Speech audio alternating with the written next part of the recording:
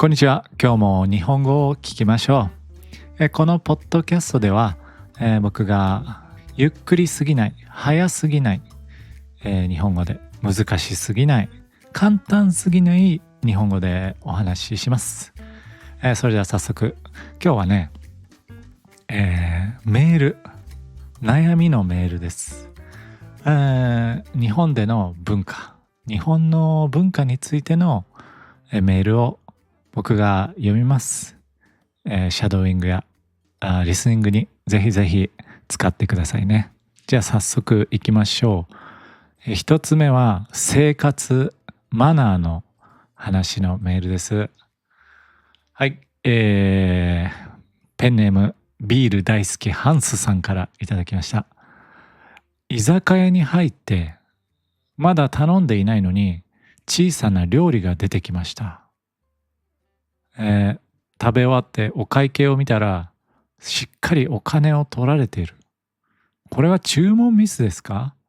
それとも日本の強制サプライズなんですか？お腹いっぱいな時はどうすればいいの？はい、これね、困りますよね。これは名前があります。お通しというシステムですね。居酒屋に行くと、自動的にお金を払わなければいけない。そういうシステム。テーブルチャージに似ています。テーブルチャージのようなものですね。これね、日本人の中でも、お通し高いなとか、お通し、ちょっと嫌だなって思う人はね、たくさんいます。だいたいね、300円から、1000円ぐらいかな。300円から1000円とか払う場所が多いんじゃないでしょうか。結論から言うと、これはね、ほとんどの場合は払わなければいけない。うん。でも、たまに、時々、払わなくていい場合もあります。うん。だいたいフランチャイズとか、高級なお店、高いお店に行ったら、もう払わないといけないですね。システムは変えることができないと思います。でも、個人の経営、スモールビジネスとか、あお店のオーナーが直接話せるところにいる、オーナーと話せるところはもしかしたら、えなしにできるところもあります。はい。これもしね、最初にこう来たらですね、いきなりお通しが来るんですよ。これお通しですって。その時にまず聞きましょう。すいません。あの、お腹いっぱいなんですけど、お通しなしでもいいですか？ね。とか、すいません。お通し、これなしにできますか？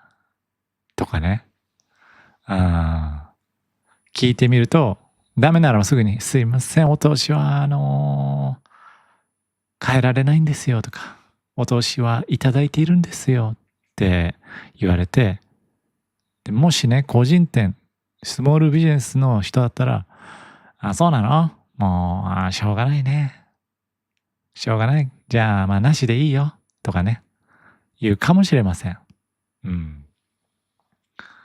これ、なぜかというと、やっぱり飲食店ですから、もしね、お店に行ってビール一杯だけ、ドリンク一杯、そして卵一つだけとかでね、すごく安い注文をして、その人が1時間、2時間、3時間、ずっとお店にいたら、ちょっと困りますね。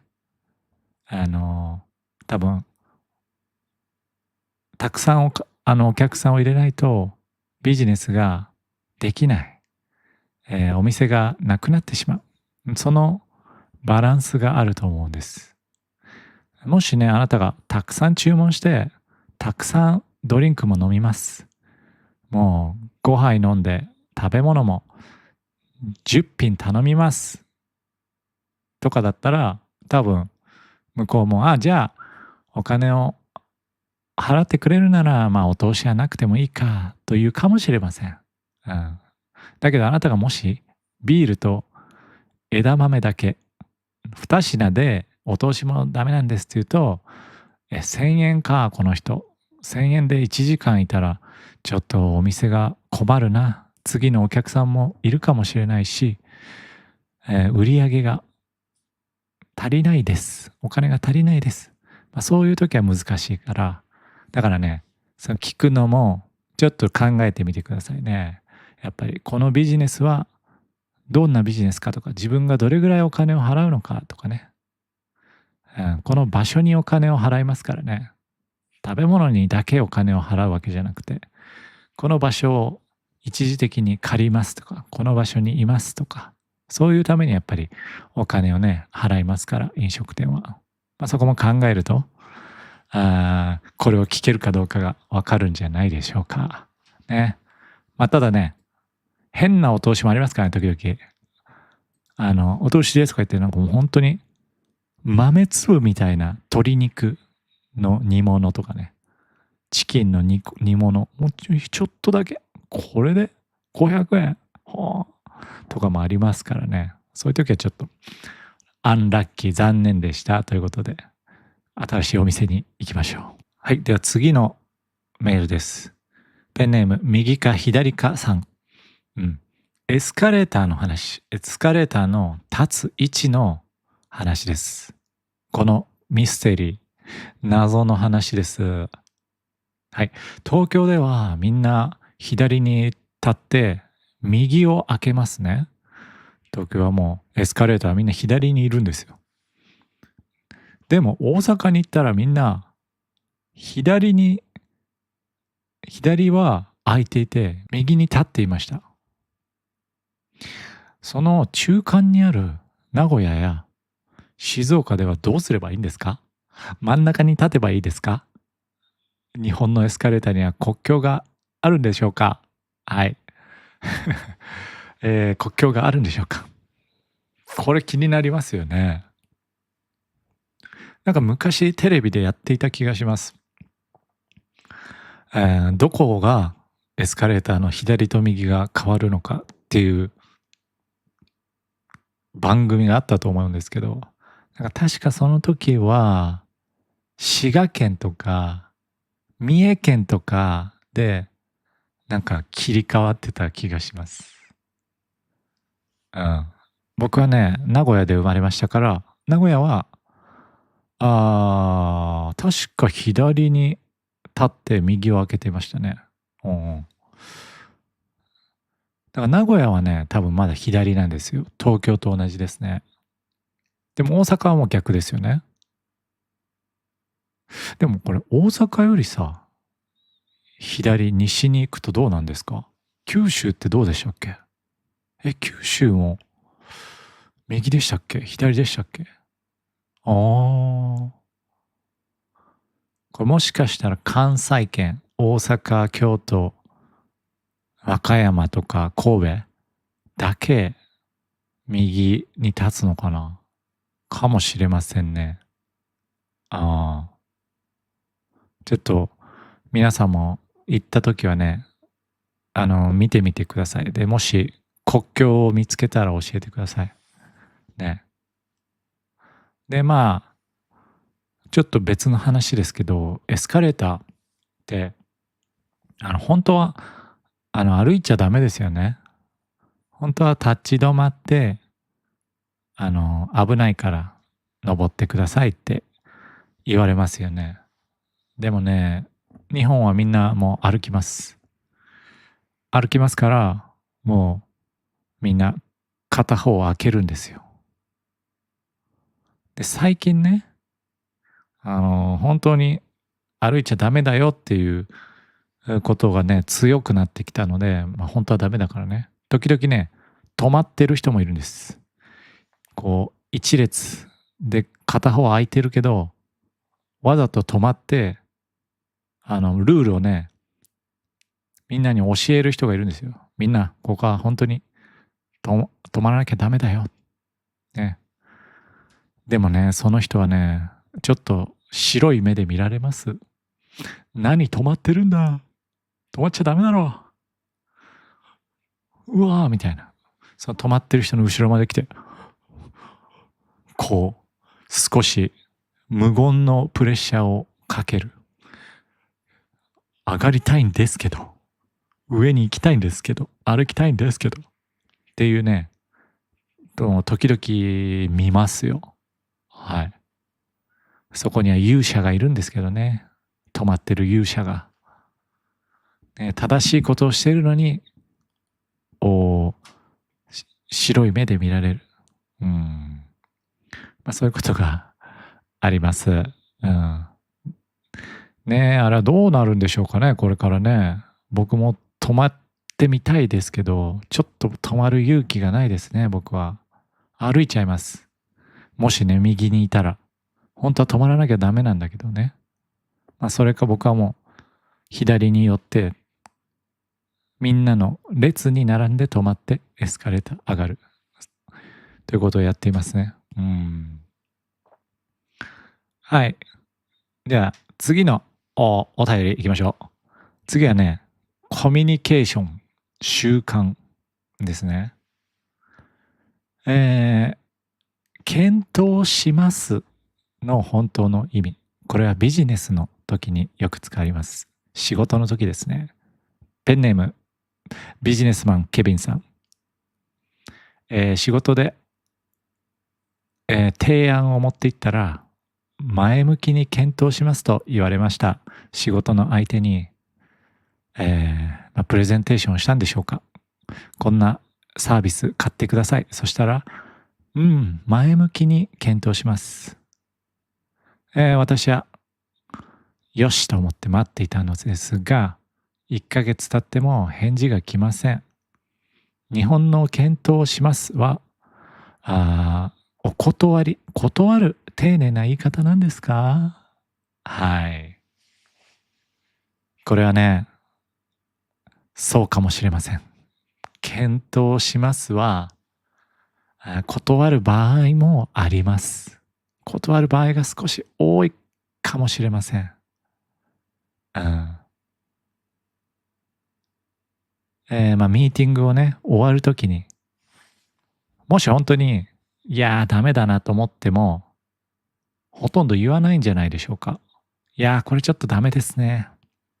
ごめんなさい。今回は難しいです。ありがとうございました。そうやってミーティング終わるとちょっと気まずいですよね。気分が。あれどうなったのかな、気まずい。なので、その場は、笑顔で終わる。そのミーティングの場面だけは、綺麗に終わって、後から、ごめんなさい、ダメでした。後から連絡する。えこういう文化があります。日本には。うん。面接も同じです。アルバイトの面接、仕事の面接に行って、たくさん話して、いい感じ。これは僕は、今回は仕事をもらえる。アルバイト受かるぞと思って、じゃあまたお願いしますって言ってね、帰ったら後から、すみません。残念ながら今回は採用お見送り。今回は仕事をあげられません。ごめんなさい。あなたの仕事がうまくいくのを祈っています。祈っておりますってお祈りメールというのが来るんですが、そうですね。その場では決定を言わない。その場では言わずに、後から言われる。多分これは、やはりその場の空気を読む。その場の空気を大事にする。その場では決定しないというのは、やはりグループの輪を重んじる。グループの空気を大事にする。そんなところがあるんじゃないでしょうか。ね、これだからね、ちょっと時間がもったいない時はありますよね。その場で言ってもらえたら、なんだダメだったのかいってその場ではなりますけど、すぐまた次に動けますね、僕も。例えば、ね、面接だったら、あ、ダメなんだ、じゃあ次の面接をしようって思いますけど、1週間連絡がない。いつになったら連絡が来るんだとなると困っちゃいますね。1週間何もできない。まあ他のこともやるけど、ちょっと気になったままで。だからね、意外と僕はね、すぐ行ってほしいです。うん、すぐ行って、よし、じゃあ次。うん、ダメなのね。OK、じゃあ次に行きます。どんどん進んでいきたい。うん。あなたはどうですか？どちらのシステムが、うん、合いますか？はい。じゃあ、次は最後読みましょうか。旅行、観光編。はい、ペンネーム、アイスの棒を持ったままの男さん。はい。日本の街はとても綺麗です。だけど、ゴミ箱がどこにもありません。自動販売機の横にあるのは缶、瓶専用ですよね。缶と瓶と、ペットボトル専用ですよね。コンビニで買ったアイスのゴミを捨てたくてもう2キロくらい歩いてます。日本人はゴミを魔法で消しているんですか？はい。いや、これね、これもう皆さんも聞いたことありますよね。いろんな動画でもきっとね、ちょっとジョークにして流れてきますよね。日本でゴミ買って歩いてホテル帰ってね、空港まで持ってってね、自分の国に持って帰るみたいな、あジョークもありますが、これ本当にそうなんですよ。困りますよね。僕たちももちろん困っております。まあね、これ昔あった、ちょっと事件があってゴミ箱に危ないものがあって、ちょっとニュースになる事件があったので、もうゴミ箱をなくしましょうってね。確か鉄道かな、電車の駅とかのゴミ箱が使えなくなったんですよ。で、それから、なんか、それがね、みんなだんだん慣れてきて、会社もね、ゴミの、回収って大変じゃないですか。ゴミの、清掃の人を雇って、その人が毎回ゴミを集めて、そしてゴミを捨てる。それをね、費用がかかる、お金がかかる。だから経費かかりますね。だから経費削減ですよ。お金を使わない。そういう意味でも、うん、どんどん減っていったんですよ。だから本当にもうゴミ箱がない。本当にゴミ箱があるのはね、お金を払った場所とか、テーマパークとか、ホテルの中とか、新幹線の駅はゴミ箱ありますね。新幹線の駅は、お金をたくさん払うから、そこにゴミ箱に使うお金があるんでしょうね。はい、これ、困ります。だからもしね、チェーン店で買ったゴミなら、同じチェーン店なら捨ててもいいんじゃないかなって僕は思ってます。例えば、マクドナルドで買ったゴミ、例えば渋谷でマクドナルドのコーヒーを買いました。で、飲んで、次は秋葉原に着いて、秋葉原でゴミは捨てたい。でも秋葉原のマクドナルドだったら捨ててもいいんじゃないかな。多分、どうですか？うん。だったらいいんじゃないかなと思います。うん。コンビニはちょっとわかんないな。セブンイレブンはフランチャイズだけど、オーナーが違う場合があるんですよ。違うオーナーがやっている。だからね、ちょっと、うーん、グレーゾーン。どうかな。でも、例えばミスタードーナツ。でもミスタードーナツの箱捨てることないか。ドーナツの箱を持ち歩くことあんまないか。うん。うん。そうだね。だからね、皆さん、そういう場合は、あの、ちょっとゴミ袋を持ってるといいかもしれません。日本の旅行に来た時は。まあちょっとね、ゴミ袋を持ってて、そこに入れて、ホテルで捨てるとかね。うん。だから、道に捨てるのはね、日本人はあんまりしないですから。まあする人もいますけど、ほとんどは綺麗ですよね。日本の道は。はい。これ困ってますということです。僕もね。は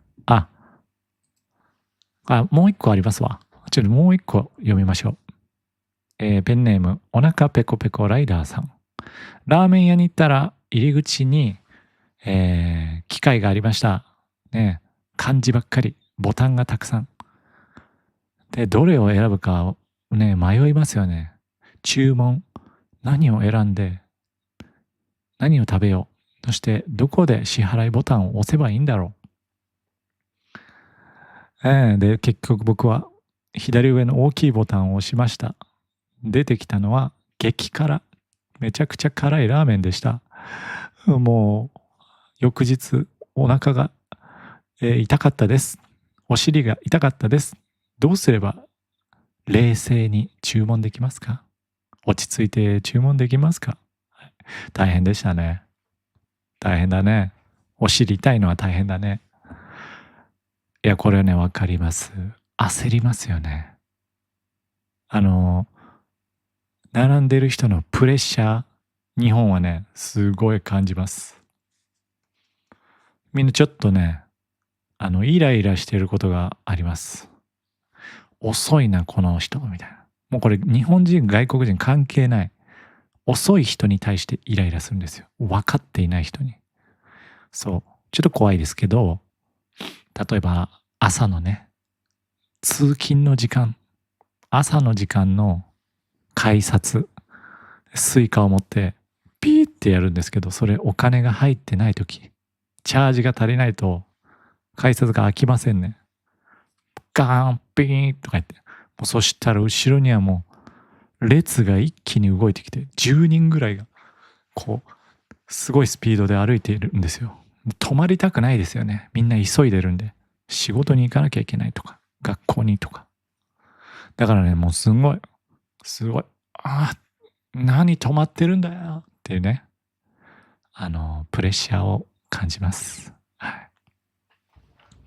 もうこのプレッシャーはね、ちょっとね、慣れるしかないです。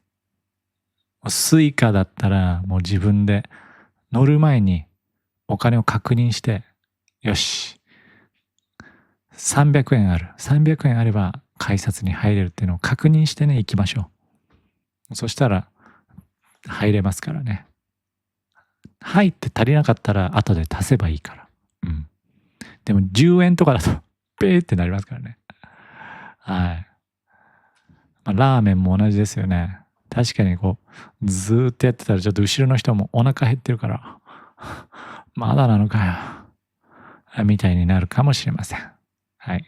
でも、あなた、例えば旅行だったらもう仕方がないです。旅行で来てる人はわからないのは当たり前ですから。うん。これはね、誰も悪くない。あなたもそんなに急がなくてもいいです。これはもう仕方がない。ただただシステムの中の、バグみたいなもんですよ。そういう日本の社会に旅行者という新しい要素が来た。で、そこで起こるバグみたいなものですから、誰も悪くなく、ただただ、相性が悪かった。ねえ。それだけですからね。気にせず来てください。大丈夫ですよ。はい。はい。今日はたくさんのお便りを読むポッドキャストでしたが、どうでしたか？難しかったですかね？